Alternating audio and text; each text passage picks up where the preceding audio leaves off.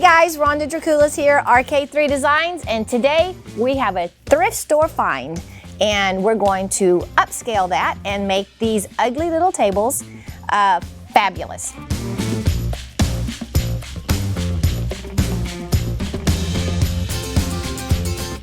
I found these at a thrift store. I think we paid $5 or $6 for them. Terrible shape. They just have a laminate top, and the edges were terrible. I pulled off the trim work. It just kind of crumbled almost. And then I routed my edges because I don't want a 90-degree edge on anything that I pour with epoxy. And the reason is if you do pour with a 90-degree edge, that edge is going to cause the epoxy to kind of pool up. And also as it rolls over, because it's a very sharp corner, you'll see the edge a lot more. The epoxy will be super thin right there, and that's what we're trying to avoid. We want that epoxy to nice and easily flow over. Then I flipped it upside down and I routed the bottom side as well, so that the drips, as they drip off, won't cause an edge as well. That epoxy builds up, and almost like a drip of water, it builds up before it drips. Well, what happens is it builds up and then it sets up, so you have a ridge along your bottom. So I didn't want that to happen, so we routed the bottom side as well. So if you could see, this is just a particle board and very cheaply made, and it has a big groove in it. So what I did, I just took some sandpaper and I knocked off any of the loose piece. Now we're gonna Bondo, and we're gonna do a rock edge. And I'm gonna do the rock edge a little bit different than I have in previous finishes. I'm actually going to take my hand, because the finish that I'm gonna do today, it's almost gonna be like a slate rock and in layers.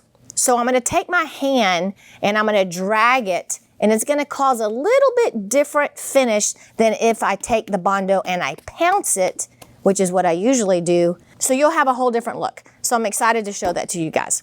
So let's get started. I really like the high bond filler. That's what we've had the best luck with. It seems to be a little more smooth, and I have a little bit more open time. But if you have not worked with Bondo before, do some practice boards, because there is a learning curve to it. Also, it stinks, so make sure that you're in a well-ventilated area. You could wear a mask if you would like. We're not gonna be doing that much Bondo, but I'm gonna come right over the top of my table, because I'm gonna sand this down anyway. I'm not worried about getting anything on the top of the table. All right, and then what I do is I just kind of make a circle with my Bondo. And then I'm gonna come in with the hardener. Now this is what you have to be really careful with. If you put too much hardener, it doesn't necessarily get harder. It gets like rubber. So I'll take it, do a very small bead across the Bondo, and that's all that I need right there. When you mix, this is a blue hardener, so you're gonna be able to see when the mixture is mixed correctly, because the whole thing will turn blue. So when you mix, you don't want to do this and turn. That causes bubbles. You want to just pull it and rub it. This helps mix it in without bringing in a lot of bubbles. And now we're ready to go. All right, so like I said, we want to be fairly quick on this. Now, because there's a ridge in here, I want to come in and fill that ridge first before I start doing my decorative edge.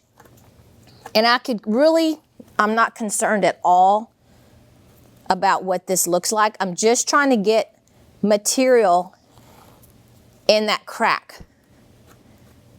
That's all I'm trying to do.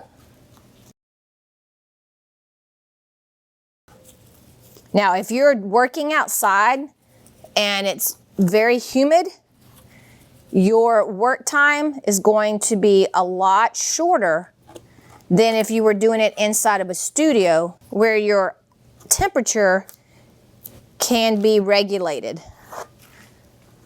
And like I said, You probably want to work and practice a little bit if you have never worked with Bondo before you go to an actual project. Get that learning curve down. So like I said, I'm not super worried about what it looks like. I'm just trying to fill in that gap. Say you're doing a countertop and you pull the trim piece off and you don't have a gap between the two pieces like this does, you don't have to do this step. You can go directly into the step that we're fixing to do.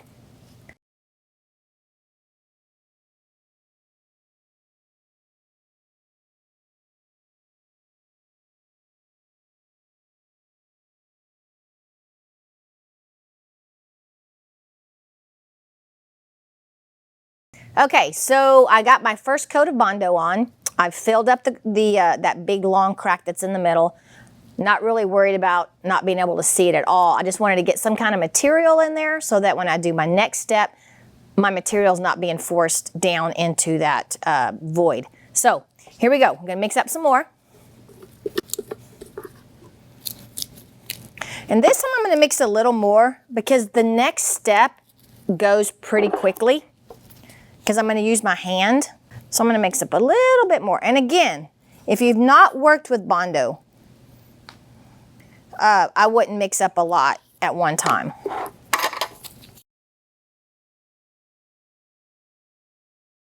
Okay, so now what I'm gonna do, now comes the fun part. Play with your fingers. All right, so I'm just gonna take some on my hand, okay? And then I'm just gonna run, kind of curl my hand around, and I'm just gonna run it in a striated pattern. So now I'll come back over it, kind of let my palm drag. Now my finish almost looks like a slate that's been stacked, how you get layers of that stacked stone look. So I'm gonna lay it down, come back over with a flat part of my hand, and run it through. I'm gonna come back later and I'm gonna sand any highs. Now you can see this part right here where I routed the edge. You're more than welcome to come back over there with some Bondo if you want it to be a little more textured. You can come back with your hand and do that. So I'm gonna finish up here. This finish really looks nice when your epoxy starts to run over the edge. Gives it a really nice rock edge look. And you don't have to be real thick on this. You're just trying to build texture. Now, as it starts to kind of set up, it's getting a little sticky. I can create even more texture now that it's starting to get a little set up by just dragging my gloved hand. If you want a little more texture, more of a true rock edge, you can come and pat it like that. Now you've got some highs and lows, and then you can come just drag it back. So you see how that creates that texture. If I were doing a Carrara marble or something like that, and I really don't want a lot of texture, I wouldn't come back and pounce it. I would leave it a little more on the smooth side. Now, if I'm gonna do something where I really want it to look chiseled and exotic and fun, then I can definitely pounce and come back. All right. Okay, I think we're good. So I'm really not worried at all about any material that's on top of the table because I'm gonna sand this down. So anything that's high, like right here, I'm not worried about it. We'll sand it all down. This is a great way to fix any imperfections. Another table that I had a big chunk out of it, so I just filled up that hole, that void, with the Bondo, let it dry. I did it in layers. You don't want to put a really big chunk of wet Bondo it'll take a long time to dry. So if you have a big area you're trying to fill it a little bit at a time. You can fix imperfections. You can make this little table have a whole new look. All right, so what we're gonna do, let this dry. I'll come back, we'll sand it. And then because it's a laminate and the surface is very smooth, I'm gonna put 2 coats of a bonding primer. I've sanded my edges and I just sand them enough to take off the points, and I still want texture, so I'm not gonna over sand those and take away all my texture that I just got. So now, time for priming. I'm gonna prime with 2 coats of XIM bonding primer. You have to make sure it is a bonding primer. An all-in-one primer will not work, because what you're trying to do is get adhesion so that your epoxy will really stick to the top. This is a very smooth surface. So anytime you have a smooth surface with laminate, natural stone, glass, metal, anything like that, prime with this bonder. All right, I keep a roller in my bucket so that I always know I have one in there. Pull it out, and then when I'm done, I put it right back in there. That way I always know I have a roller. All right, get this out of our way. Now when you're putting this primer down, just nice thin coats. You don't need anything really thick. It's better to do 2 very thin coats instead of 1 thick coat.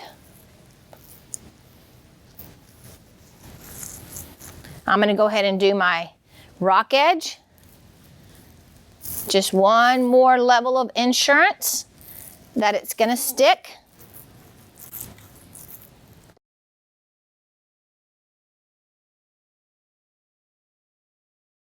Okay, so I have a coat of the XIM bonding primer. I'm gonna let this dry. I'll lightly sand, and I'll put a second coat of this. Then I'm gonna let it dry overnight. Then I'll come in with my epoxy undercoat. This is black. I'll do 2 coats of that, just like I did the bonding primer, sanding in between, and then I'll be ready to do an epoxy finish. Stay tuned. Next week, we'll show you guys how to do a really cool pour on this top. If you like this video, give me a thumbs up, hit the bell for future notifications, and leave me some comments. Would you have put a rock edge on this like this? Would you have made it a lot more textured? What color would you have maybe painted your base color? I'm interested, and maybe give me ideas of a finish that would look good on a table like this. And remember guys, don't be scared, move forward and be creative.